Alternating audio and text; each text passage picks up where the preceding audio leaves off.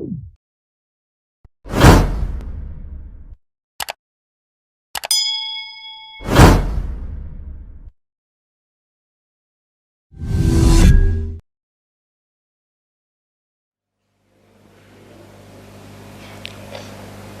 الحمد لله نستعينه ونستغفره ونؤمن به ونتوكل عليه ونعوذ به من شرور أنفسنا ومن سيئات أعمالنا من يهديه الله فلا مضل له ومن يضلل فلا هادي له أشهد أن لا إله إلا الله وحده لا شريك له وأشهد أن سيدنا ومولانا محمدا عبده ورسوله اللهم صل وسلم وبارك عليه وعلى آله وأصحابه والتابعين لهم إلى يوم القيامة أما بعد.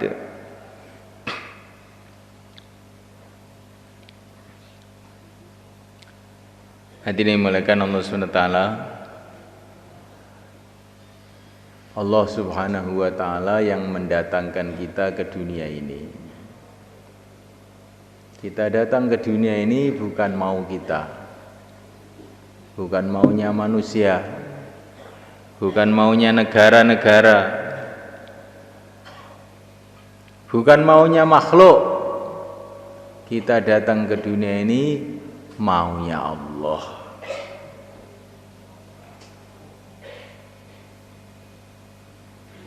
Untuk apa kita didatangkan oleh Allah ke dunia ini? Yang tahu juga hanya Allah. Yang berhak menjawab hanya Allah. Karena hanya Allah sendirilah yang menciptakan kita. Siapa saja, cendekiawan, filosof-filosof, raja-raja, berani mengatakan manusia itu di dunia ini begini, seharusnya begini. Kamu tidak berhak ngomong, tuh nggak berhak, karena kamu tidak menciptakan manusia, kamu tidak menciptakan dunia ini. Semua ciptaan Allah. Yang berhak memberitahu untuk apa manusia didatangkan ke dunia ini juga hanya Allah. Inil hukmu illa lillah. Yang berhak memberikan keputusan hanya Allah. Kamu itu lo nggak punya apa-apa. Walaupun kamu namanya orang kaya, namanya presiden, namanya raja, kamu tuh nggak punya apa-apa. Kerikil satu pun nggak punya, semua milik Allah. Selembar rambut pun nggak punya, semua milik Allah. Diri kamu pun kamu nggak punya, semua milik Allah. Apalagi urusan orang lain, urusan diri kamu sendiri. Saya itu hidup mau begini, kamu juga tidak berhak. Oh, ini kehidupan itu milik Allah, bukan milik kamu. Kamu atur itu loh. Duwe apa kowe?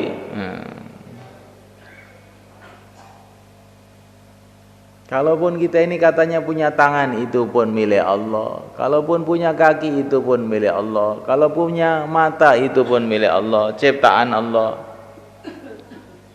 Dan Allah tidak pernah mengatakan, kepala kamu sudah saya berikan pada kamu, tidak pernah. Tetap milik Allah 100%. Manusia tidak punya apa-apa, raja-raja tidak punya apa-apa, orang-orang kaya tidak punya apa-apa, seluruh makhluk tidak punya apa-apa. Yang punya hanya Allah.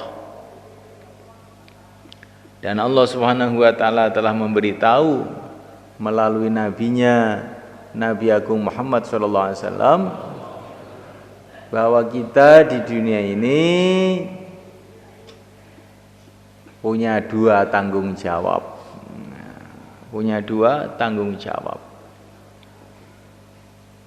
Kalau dua tanggung jawab ini kita kerjakan,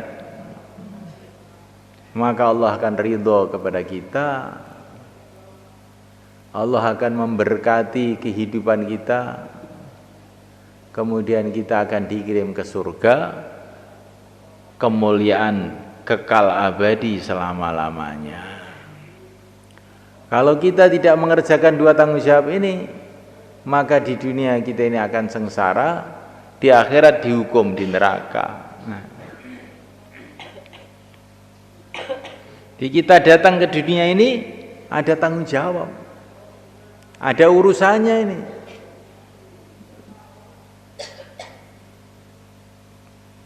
Ahasiban nasu ayyutraku sudah?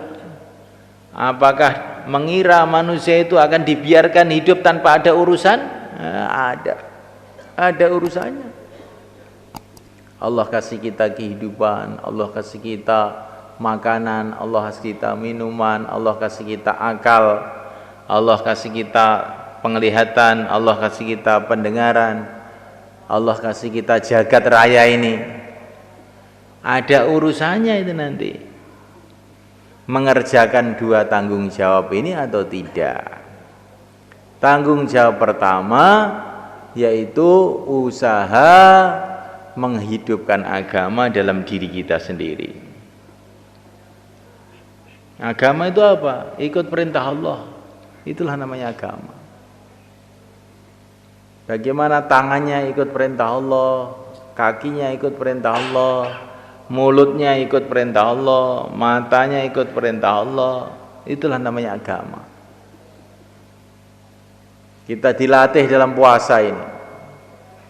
Dalam puasa ini kita dilatih untuk taat total. Kita ingin makan, tidak makan. Kita ingin minum, tidak minum. Ingin kumpul istri, tidak boleh.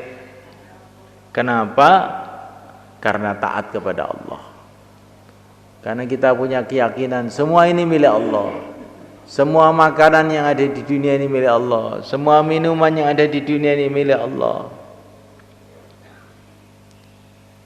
Istri kita ini pun juga milik Allah. Kalau Allah mengatakan tidak boleh, tidak boleh. Ya ini istri saya, walaupun istri kamu. Kalau Allah mengatakan boleh, enggak boleh, itu milik Allah. Walaupun itu minuman kamu katanya, tapi itu milik Allah. Allah enggak boleh minum, ya enggak minum. Inilah puasa. Perutnya taat kepada Allah. Ketika perut lapar itu, rasa lapar itu sampai ke otot-otot, sampai ke tulang-tulang, sampai ke mata, jadi enggak enak. Sampai ke telinga. Seluruh tubuh kita dalam puasa ini taat kepada Allah. Itulah maknanya puasa. Belajar taat total kepada Allah dalam segala urusan. Kelihatannya meninggalkan makan, meninggalkan minum, meninggalkan ini, meninggalkan itu, tapi hakikatnya ini pendidikan untuk menjadi orang yang takwa. Kutiba alaikumus syiyam kama kutiba alal ladzina min qablikum la'allakum tattaqun. Puasa itu maksud tujuannya supaya kita jadi orang yang takwa, taat total. Kenapa kamu makan? Memang sudah lapar. Itu bukan takwa. Karena taat perintah Allah, baru itu namanya takwa. Kenapa minum? Haus. Itu sama aja dengan kambing, kalau haus juga minum. Kalau minum karena taat perintah Allah, itu makanan di depannya, minuman di depannya, sudah haus, sudah lapar, masih diem aja. Nunggu apa? Sudah haus kan? Sudah. Nunggu apa gak minum-minum? Nunggu perintah Allah. Udah lapar? Udah. Kok gak makan-makan? Nunggu apa? Nunggu perintah Allah. Allahu Akbar. Perintah Allah datang untuk makan ini. Langsung makan, sikat. Ini semelekan ontal, ini takwa namanya. Bukan kalau ingin dikerjakan kita nanti jadi orang yang tidak takwa, jadi kayak binatang. Binatang itu apa ingin dia kerjakan, ingin makan kerjakan, ingin minum kerjakan, ingin tidur kerjakan. itulah binatang. Orang takwa tidak begitu. Kehidupannya ikut perintah. Ini tanggung jawab yang pertama. Tanggung jawab yang kedua, kita usaha bagaimana umat mengamalkan agama. Tanggung jawabnya itu tuh. Kalaupun kita sudah mengamalkan agama tapi tidak usaha atas umat, juga kita ini belum memenuhi tanggung jawab. Maka semalakan Allah SWT, kita harus memikirkan bagaimana anak kita mengamalkan agama, bagaimana istri kita mengamalkan agama, bagaimana pegawai-pegawai negeri mengamalkan agama, bagaimana tentara-tentara mengamalkan agama. Jabatan kamu itu apa kok mikir banyak sekali orang itu? Ini bukan jabatan, ini perintah Allah. Suruh mikir begitu itu. Siapa yang ngangkat kamu mikir-mikir gitu-gitu? Ini perintah Allah, bukan orang yang ngangkat. Siapa yang ngangkat Rasulullah untuk memikirkan umat? Siapa yang ngangkat para sahabat untuk memikirkan umat? Semua itu adalah perintah Allah. Baginda Nabi alaihissalam 40 tahun beliau diam aja, nggak bicara umat nggak bicara. Karena apa? Belum diperintah. Setelah diperintah, maka beliau memikirkan umat, menangis untuk umat, berpikir untuk umat, lari sana lari sini mendatangi umat. Kenapa? Karena perintah Allah telah datang, tidak ada alasan lain. Beliau bukan karena reaksi terhadap keadaan-keadaan, tidak. Karena perintah Allah. Karena perintah Allah lah beliau bergerak. Karena perintah Allah lah beliau menangis. Saya ini sebetulnya seneng dakwah itu, seneng saya itu sebetulnya. Tapi ini lagi males, loyo. Ya nanti kalau sudah seger lagi berangkat lagi. Jangan begitu. Dakwah itu bukan karena seger, bukan karena semangat. Ini perintah Allah. Abot ya dilakoni, enteng ya dilakoni. Insyaallah malaikat. Ini bukan strategi. Saya itu sebetulnya mau juga ngajak-ngajak orang ke masjid. Tapi saya ini bukan kiai, bukan ustadz. Ya saya itu nggak berani, jangan begitu. Ini perintah Allah. Seluruh orang Islam disuruh ngajak-ngajak kepada kebaikan. Ini bukan karena kita kiai, bukan karena kita ustadz, karena ini perintah Allah. Begitulah para nabi, para rasul alaihissalam mengerjakan dakwah karena perintah Allah saja. Di saat dakwah itu dikerjakan hanya perintah Allah, hanya karena perintah Allah, maka barokahnya dakwah tampak. Maka baginda Nabi alaihissalam itu dakwah sendiri, nggak ada teman. Tetapi tidak ada kekuatan apapun di dunia yang bisa menghalang-halangi beliau. Jalan terus. Persia menentang, Romawi menentang, orang Arab menentang, jalan aja terus.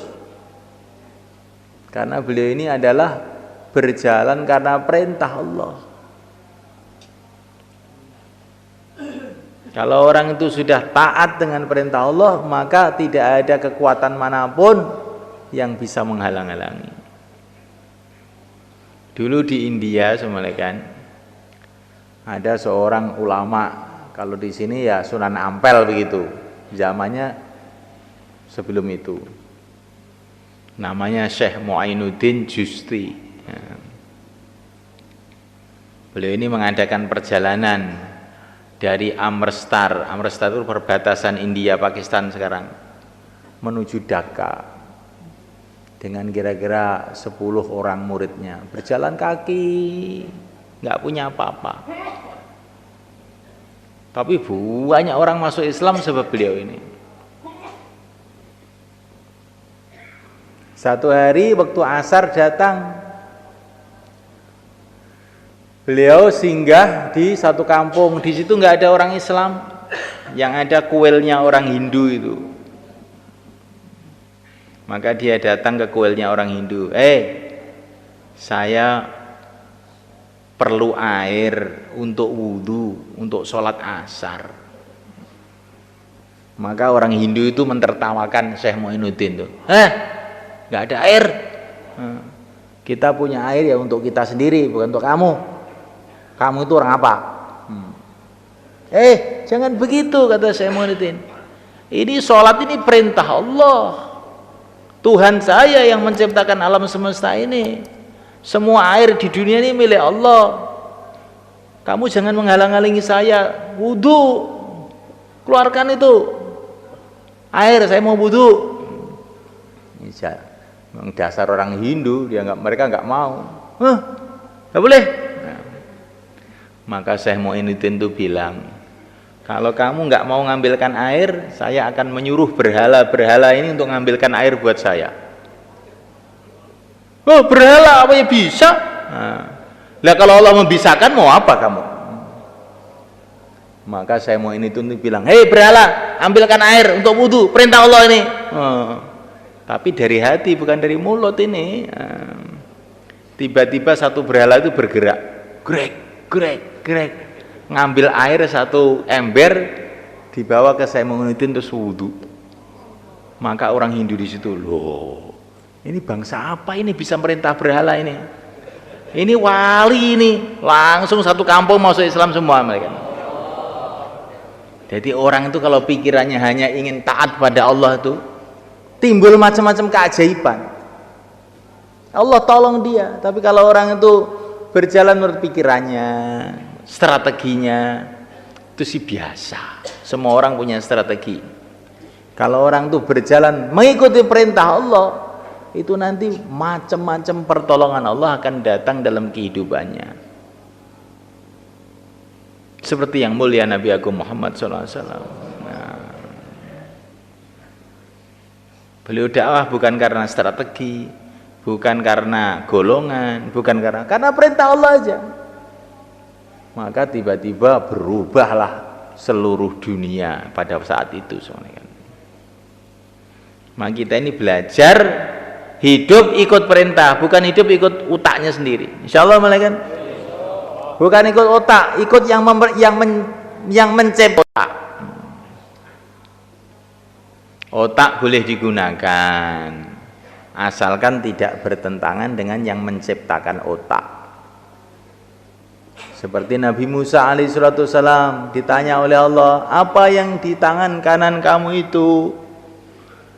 Ini tongkat, hai Tuhanku, yang aku gunakan untuk bersandaran dalam perjalanan, untuk mencari daun-daun buat kambingku dan macam-macam keperluan. Allah berfirman, alqiha ya Musa, buang tongkat kamu hai Musa. Tongkat dibuang oleh Nabi Musa. Maka tiba-tiba tongkatnya jadi ular gede banget. Maka Nabi Musa lari. Karena apa? Nabi Musa ingin memberikan pelajaran kepada kita. Otak boleh digunakan, perasaan boleh digunakan, asalkan nggak bertentangan dengan perintah Allah. Beliau melihat ular gede, beliau lari. Allah tidak menyalahkan Nabi Musa. Gunakan otak, gunakan pikiran. Ada bahaya ini, maka beliau lari. Tapi begitu datang perintah Allah, Musa, tangkap ular itu. Beliau tidak berpikir, ya nggak berani tuh ya Allah, nggak ada itu. Langsung tangkap gitu aja. Tiba-tiba jadi tongkat lagi. Otak digunakan selagi tidak bertentangan dengan perintah Allah, dengan agama. Tapi kalau sudah bertentangan dengan agama, otak dibuang. Ini sekarang datang perintah yang punya otak, yang menciptakan otak. Pegang ular, tahu-tahu nggak apa-apa, dari tongkat lagi. Ini pelajaran yang penting. Kita harus menjauhi dari bahaya-bahaya, menjauhi dari madorot-madorot. Selagi tidak bertentangan dengan agama. Kalau sudah bertentangan dengan agama, stop. Ngikuti senengnya mau kita boleh, asalkan nggak bertentangan dengan agama. Kalau bertentangan, tidak. Inilah pelajaran yang mesti kita ambil dari Nabiullah Musa alaihissalam. Insyaallah malaikat.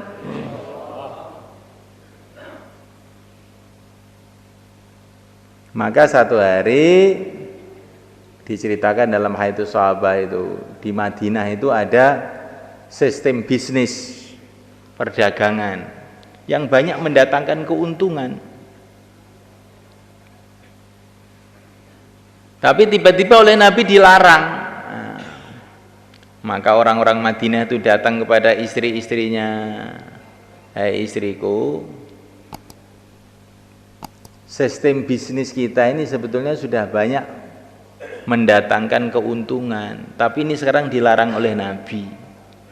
Ikut Nabi lebih untung," katanya suaminya itu. Maka kita ikut Nabi, tinggalkan perdagangan yang dilarang oleh Nabi itu.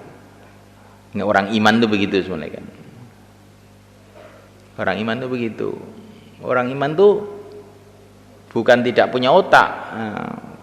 Menggunakan otak, menggunakan strategi, menggunakan pikiran, tapi pakai batas selagi tidak bertentangan dengan perintah Allah. Kalau sudah bertentangan, tidak.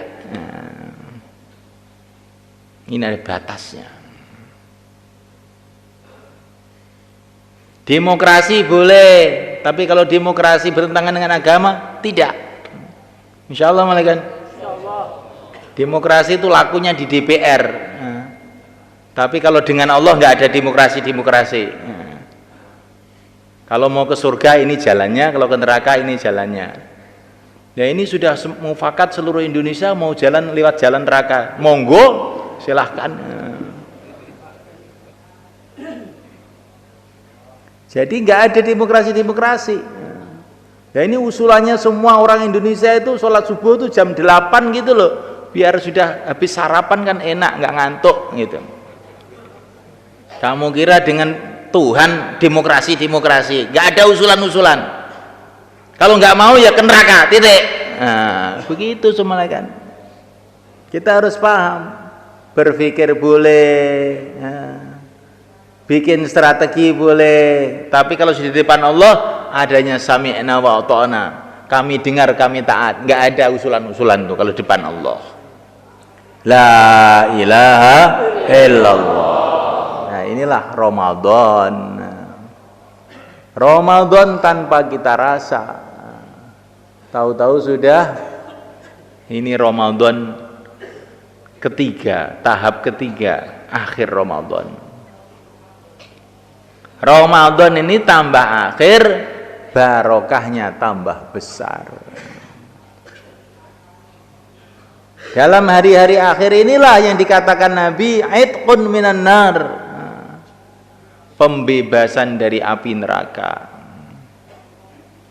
Tidak ada musibah yang lebih bahaya, tidak ada masalah yang lebih besar bagi manusia melebihi masuk neraka.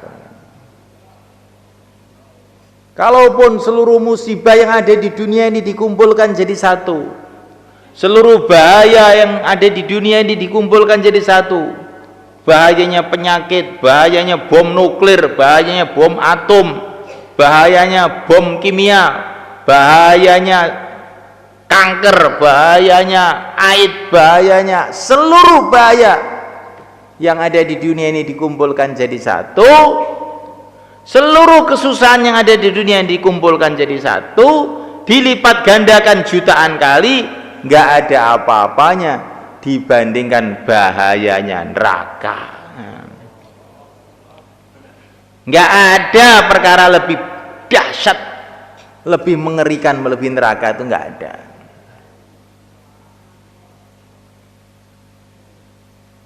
Para malaikat itu adalah makhluk yang luar biasa kuatnya.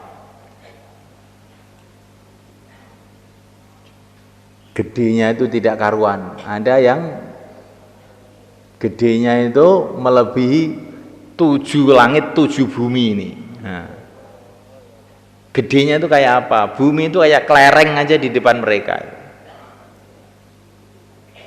Dan termasuk malaikat yang paling dahsyat, malaikat Malik. Tapi ketika Isra Mi'raj Nabi berjumpa dengan malaikat Malik itu diam aja. Padahal semua para malaikat itu menyambut gembira kedatangan Nabi itu. Tapi malaikat Malik itu diam aja. Kenapa itu? Satu malaikat ini diam aja. Setelah dia melihat neraka itu nggak bisa tersenyum tuh orang. Itu malaikat bukan orang. Nggak bisa tersenyum. Diam aja. Kita ini semua tahu keadaan neraka semuanya. Nggak akan bisa makan dengan tenang, nggak akan bisa minum dengan sedap, nggak akan bisa. Allahu Akbar, Allah Maha Agung. Maka siksanya juga Maha Agung. Allahu Akbar, Allah Maha Agung. Maka pahalanya juga Maha Agung. Sekali sujud dalam Ramadan, Allah akan kasih 1.500 kebaikan. Sekali sujud dalam bulan Ramadan, Allah akan ciptakan satu rumah di surga.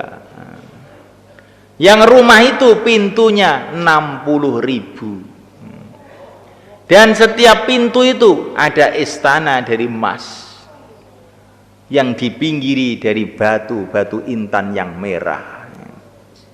Berita dari Nabi itu. Sekali sujud itu 1.500 kebaikan. Satu rumah yang pintunya 60.000 pintu. Setiap pintu itu loh. Ini bukan rumah biasa, rumahnya itu gede banget. Setiap pintu ada istananya. Ditambah lagi satu pohon di surga yang kalau orang naik kendaraan mengitari 500 tahun tidak akan kemput. Ini bulan Ramadan kayak begitu. Jangan heran 7 petala langit, 7 petala bumi diciptakan oleh Allah dengan kun jadilah maka jadi. Triliun-triliun planet yang ada di angkasa itu diciptakan oleh Allah dengan kun jadilah maka jadi.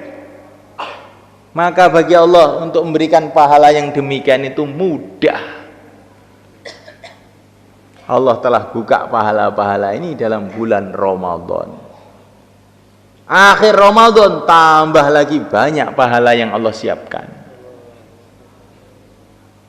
Maka kita perhatikan akhir Ramadan ini. Insyaallah malaikat. Ramadan akhir ini aitqun minan nar. Pembebasan dari api neraka. Kamu bayangkan kita ini umpama hidup di dunia ini sudah kembang kempis, Senin Kemis, loro-loronen melarat duit entek. Terus kita ini dikubur ternyata banyak dosanya juga. Sehingga kubur kita ini jadi tempat yang sangat menyusahkan. Di padang mahsyar 50.000 tahun kita dalam kesusahan karena dosanya terlalu banyak. Tiba-tiba setelah itu semua ada pengumuman, kamu bebas dari neraka karena kamu menjaga akhir Ramadan. Pelong, ya. Kayak apa gembira kita sebenarnya. Seolah-olah tidak pernah kita mengalami kesusahan. Alhamdulillahilladzi azhaba 'annal hazan inna rabbana laghafurun syakur. Susah-susah hilang semua. Alhamdulillah mlebu swarga. Ini kita bayangkan kan kita ini mau ke sana. Alangkah beruntungnya kalau di dunia ini kita juga sudah enak. Tinggalnya di masjid, taklim, ngamalkan agama, dikubur jadi pertamanan surga, di padang mahsyar dinaungi di bawah aras, berjumpa dengan Rasulullah, dapat syafaatnya Rasulullah, masuk surga tanpa hisab. Itu nek tenggor enak itu. Saiki umpama gak enak wis, gak enak, tapi akhirnya bebas dari neraka, itu pun sudah enaknya tidak karu-karuan. Maka kalau kita ini tahu apa yang kita akan hadapi nanti di akhirat, Masya Allah, kita tidak akan bisa tidur akhir Ramadan ini. Stop, semua tidur, males, hilang. Akhir Ramadan ini nggak ada males lagi. Insya Allah malaikat. Apalagi akhir Ramadan ini ada malam namanya Lailatul Qadar. Yang barang siapa amal dalam Lailatul Qadar itu pahalanya seperti amal 80 tahun 1000 bulan. Innal hasanat yudhibna sayyiat. Kebaikan itu menghapus keburukan. Jadi amal 1000 bulan itu sama juga dengan amal 80 tahun. Ibaratnya kita ini 80 tahun itu banyak dosanya, maka akan terhapus dengan Lailatul Qadar itu. Karena ini sama dengan buat kebaikan 80 tahun. 80 tahun ini akan akan menghapus dosa-dosa kita seumur hidup ini, malaikat. Kapan tuh Lailatul Qadar? Akhir Ramadan ini. Kok akhir Ramadan ini kita tidak sampai dapat Lailatul Qadar, tidur saja apalagi nonton televisi, naudzubillah, kita nanti akan nangis jutaan tahun di akhirat menyesali keteledoran kita itu. Maka akhir Ramadan tuh nggak ada males-males itu, iktikaf semua, insyaallah malaikat. Napa malih niki enten sanlat, injing-injing niku enten sanlat. Anak-anak SMA mau datang ke sini ada 2.500 orang. Maka kita temani mereka supaya mereka jadi jariah kita ila yaumil qiyamah. Insyaallah malaikat. Sekarang orang-orang risau prihatin, kenapa pemerintah itu rusak, kenapa ini rusak. Mana-mana rusak. Kerusakan umat sekarang ini adalah hasil keteledoran kita 30 tahun yang lalu. Anak-anak tidak kita bekali iman, tidak kita kenalkan kepada Allah dan Rasulnya, tidak kita kenalkan kepada negeri akhirat, sehingga berjalan menurut nafsunya, akhirnya bikin masalah di seluruh dunia. Kalau kita sekarang itu, anak-anak SMA itu, kita bekali iman, kita kenalkan kepada Allah, kita kenalkan kepada Rasulullah, kita kenalkan kepada negeri akhirat, akhirnya mereka berjalan baik, maka nanti diharapkan satu saat akan terjadi perbaikan di mana-mana di seluruh dunia. Insyaallah malaikat. Nah, apalagi kalau kita usahanya itu dalam bulan Ramadan, di mana bulan Ramadan itu seluruh usaha agama dilipat gandakan pahalanya oleh Allah. Maka kalau biasanya itu 3 hari, Ramadan ini ya keluarnya 10 hari. Kenapa? Karena ini pahala dilipat gandakan. Maka mesti kita melipat gandakan amalan. Insyaallah malaikat. Hadi malaikat Allah Ta'ala, apa yang kita cari dari dunia ini? Dunia ini sudah mau habis malaikat. Di dunia ini paling 60 tahun, 70 tahun. Itu kalau dihitung mulai lahir kita dulu. Kalau dihitung sekarang, sekarang sudah 50 tahun, tinggal sebentar lagi. Sekarang sudah 20 tahun, tinggal sebentar lagi. Maka jangan sampai kita ditipu oleh nafsu kita, bermalas-malas dalam akhir hidup ini. Kita cancut tali wondo, pandang negeri akhirat. Rasulullah sudah ada di sana menunggu kita. Para sahabat menunggu kita di sana. Para wali-wali Allah menunggu kita di sana. neraka juga sudah siap, surga sudah dibangun besar-besaran, bidadari-bidadari sedang dihias, istana-istana surga sedang disiapkan. Kita sibuk dengan dunia, alangkah ruginya kita ini. Kita sibuk dengan kemalasan kita, alangkah ruginya kita ini semalakan. Maka semalakan inilah waktunya kita habis-habisan memikirkan akhirat kita. Barang siapa yang menjadikan hidupnya seperti puasa, Allah SWT akan jadikan matinya seperti hari raya. Hari raya ketemu ayah, ketemu ibu, ketemu teman-teman. Kalau hari rayanya orang yang amal agama ini, ketemu para nabi, ketemu para rasul, ketemu para wali, masuk dalam surga. Hari rayanya bukan sehari dua hari, hari raya selama-lamanya.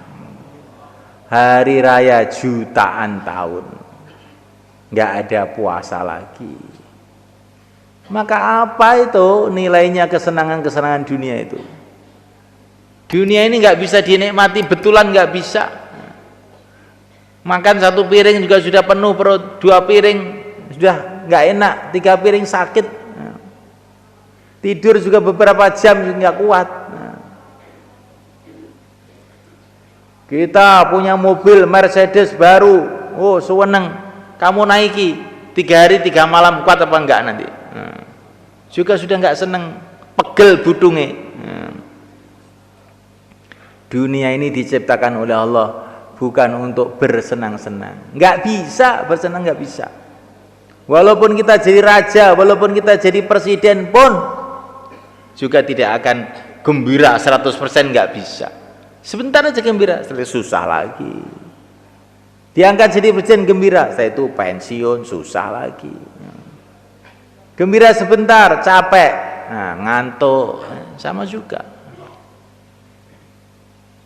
Maka Nabi mengatakan, barang siapa yang pagi-pagi dalam keadaan aman di rumahnya, punya makanan untuk hari itu, sehat jasadnya, sama juga dengan dia ini dikasih dunia seisinya. Orang bikin pabrik, usaha ekonomi, ini. Maksudnya untuk apa? Untuk makan dah. Lah kalau kamu sudah bisa makan, sama aja dengan punya sawah 1 juta hektar. Kalaupun kamu punya sawah 1 juta hektar, makannya mau 10 piring? Enggak, ada 1 piring aja. Orang usaha, politik, negara, siapkan tentara, siapkan pasukan-pasukan, siapkan pesawat terbang yang canggih-canggih. Untuk apa? Untuk supaya aman. Nah kalau kamu itu sudah aman, walaupun nggak punya apa-apa, ya sama dengan punya 1 juta pasukan.